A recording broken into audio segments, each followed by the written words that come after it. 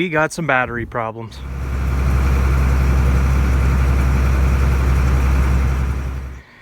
Alright, so I found an issue with this tractor.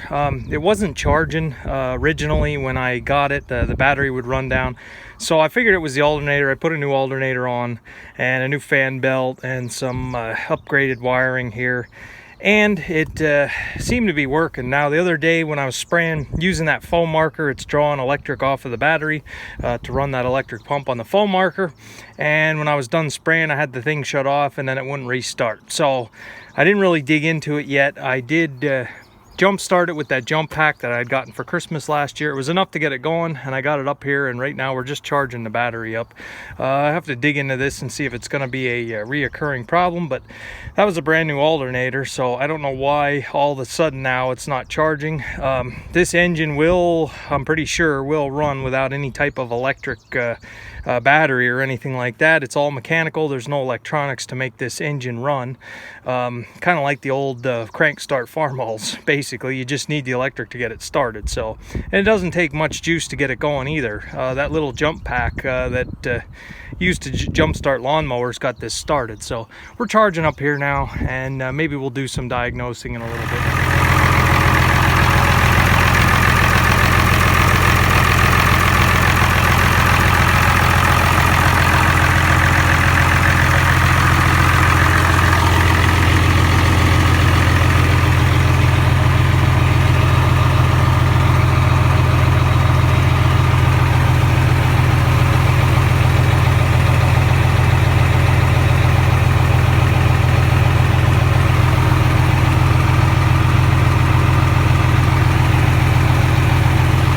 Pretty happy right now. Everything works. We got oil pressure. We got a tach. We are charging. Fuel gauge is full. Try to get a better angle.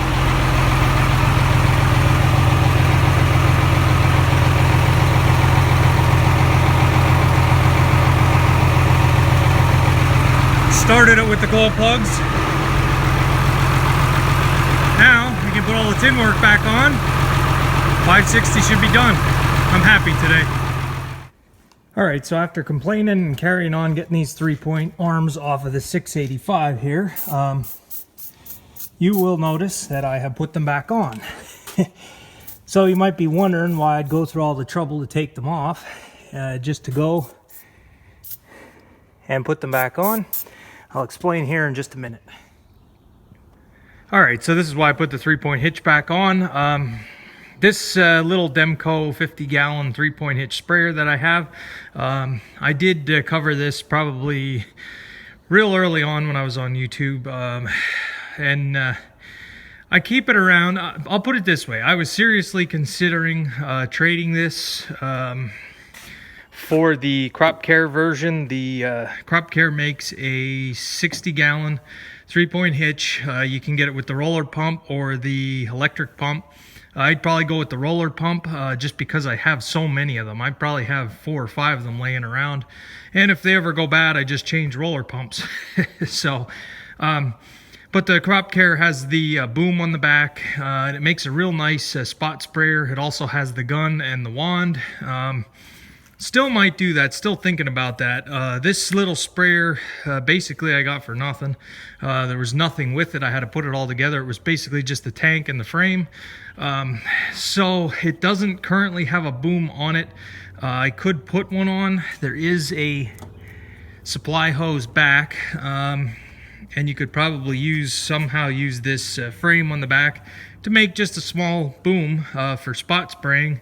The only issue is the valve is no good. I'd have to change the valve and put a different valve on. This was a whole used assembly that I pulled off of another sprayer, and we're making it work. The regulator doesn't work on this. The way I regulate it, we have these banjo type fittings, and all I have to do is just pinch off the flow and basically makes more pressure. The gauge does work, I will say that. The roller pump's good. So it's kind of just a put together sprayer, and it really hasn't owed me anything. And I have to decide whether I want to keep making it nicer, keep working at it. It looks like it came from a John Deere dealership. I've never heard of that place. Anyway, so yeah, that's where we're at with it. I have it hooked up here. I was going to run it on the 395 because I'm leaving the 3-point hitch on that tractor, but it was so hot and sunny here the past week, I wanted to be under the canopy, and now, if you take notice, it's clouded over, and I'm a little disappointed in the forecast now because we are looking at probably at least a week of nothing but rain. So that's going to put everybody behind here and really changes things as far as the timetable. I'm probably going to have my corn planted a little bit later than last year. Just the way the weather's looking right now. I guess it depends on how much rain we get. So I want to get this, I want to get the antifreeze out of it right now, and that's pretty easy to do.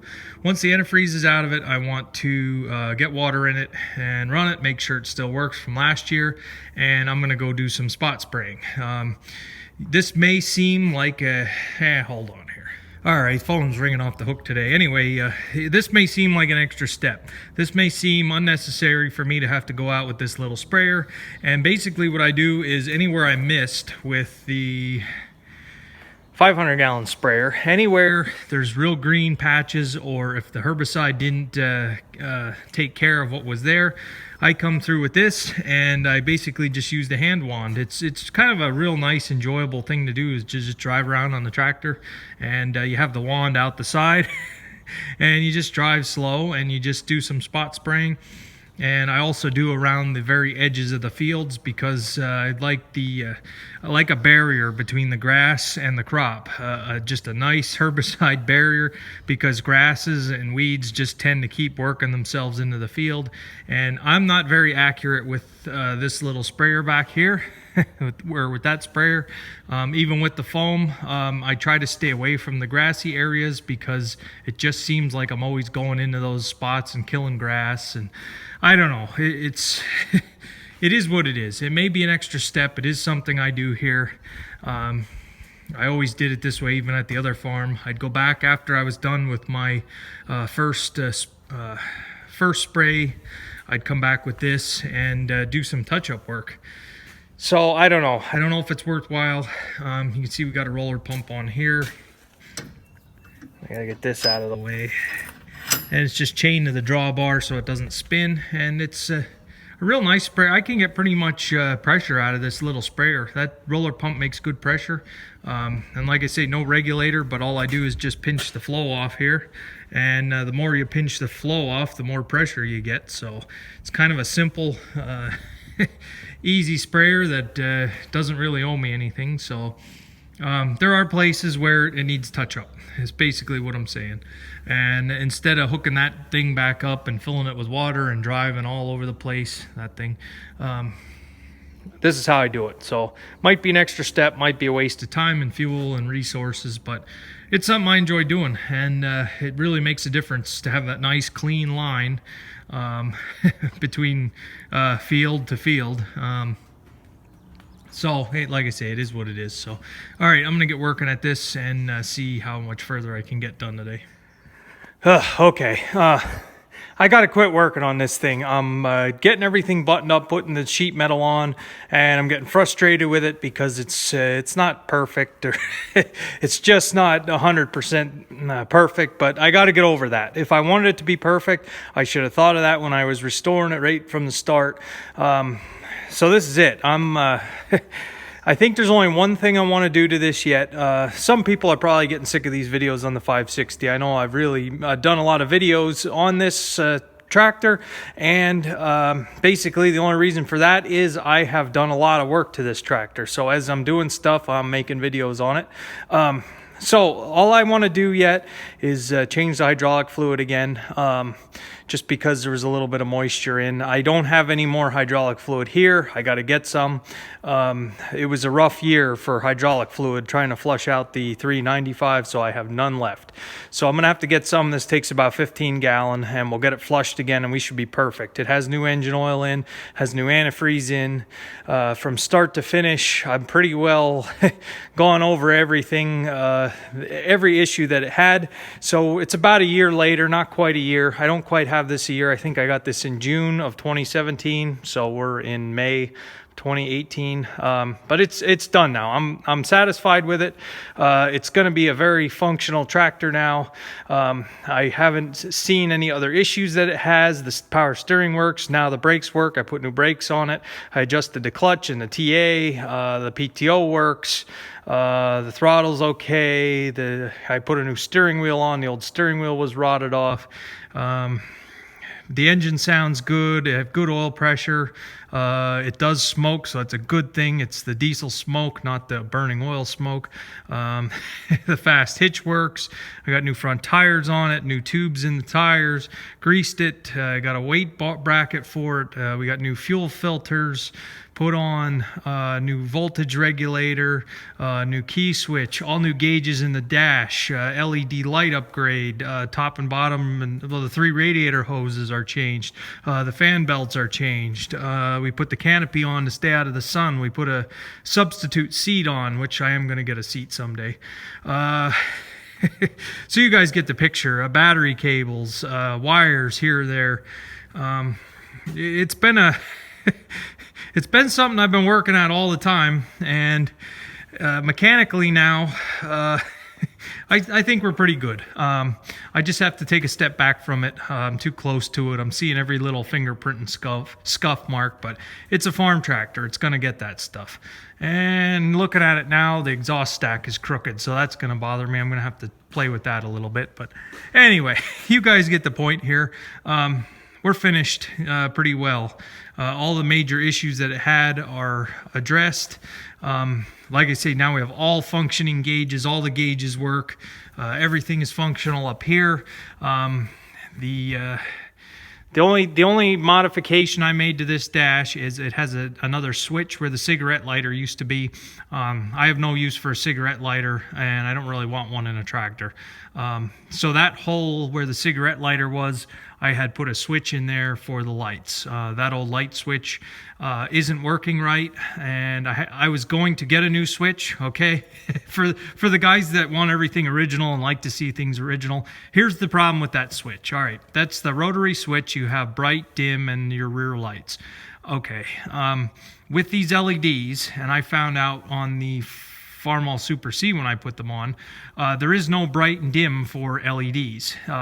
You feed electric to them on bright or dim. It's the same exact brightness. So it doesn't matter what the switch, if you got those 2 clicks for bright and dim, you're going to have the same light no matter what. So right now I just have a switch in there for all 3 lights to come on. I'm not going on the road with this thing, probably never. There's no flashers or anything like that on it. It's not going to be something out on the road, so I don't need to worry about not blinding somebody behind me. 1 switch, the 3 lights come on. I have no problem with it like that. Maybe someday we'll change it, but for right now, I don't see any sense in it's like $50 for that rotary switch, and it's not going to really do anything. I have to keep it in there and have to keep it hooked up just because of the way it's wired under the dash. But the switch doesn't turn. It's fast in the off position. So I will say that. So I do have a separate switch for all the lights. And I'm not going to worry about it. I'm happy with that the way it is. So, and the seat, we are going to get a seat. I will say that. I'm going to get a seat probably next year. Once our harvest, our bank accounts are replenished over the winter time. I like buying some parts and doing some work to this stuff. I actually bought all these parts over the winter time and just never got it done. Now I'm doing it in the spring. But so this will be it. This will be probably the last video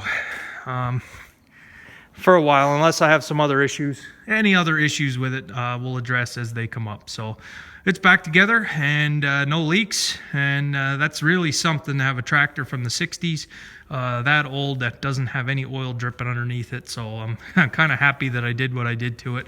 So it's not, I mean, it'll look nice if it's in a parade, but if it's judged at some county fair or something, I can't see ever winning a blue ribbon. And that's all right, because that wasn't the goal. And the heck with the county fair blue ribbon. I was a mechanic for International/Case IH for 10 years. So I put my own blue ribbon on it. What do you think of that?